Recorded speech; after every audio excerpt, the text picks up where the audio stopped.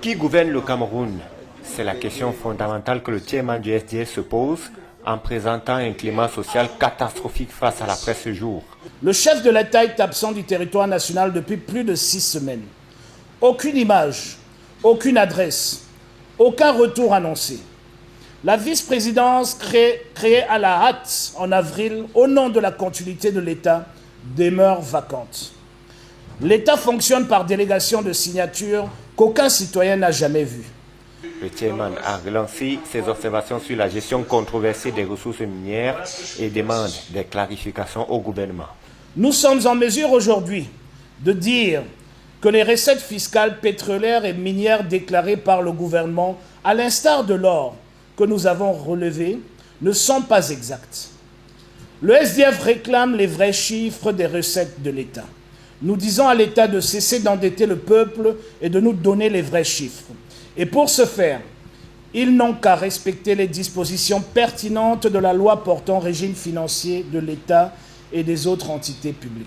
Le parti a récemment introduit 5 projets de loi à l'Assemblée nationale pour apporter quelques réformes en vain. La direction du RDPC, par son contrôle de la conférence des présidents, a refusé jusqu'à présent leur inscription à l'ordre du jour. Nos propositions n'ont pas été battues en débat, car le RDPC craint le débat. Elles ont été simplement enterrées. Que le pays comprenne ce que cela signifie. Le parti au pouvoir refuse que l'Assemblée nationale du peuple légifère sur les questions qui comptent le plus, comme le féminicide, l'infanticide et l'application de l'article 66 de la Constitution, pour ne citer que cela. Aussi, les multiples reports des élections locales sont pour le SDF un danger que le parti ne compte pas laisser prospérer. Le SDF le déclare donc sans ambiguïté. Ne touchez plus à la date des élections.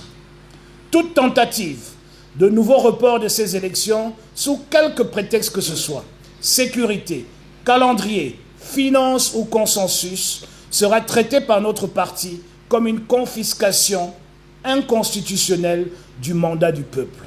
Et donc, il appelle tous les partis politiques de l'opposition à s'unir autour de cette exigence pour un front commun. Aussi, pour la résolution de la crise sécuritaire au nord-est et sud-ouest à travers un programme qui se déroulera sur 100 jours, a-t-il martelé. Coucou, je suis Antoinette Pulchéry à Tangana. Je viens vous parler de la chaîne Cameroun 24 TV.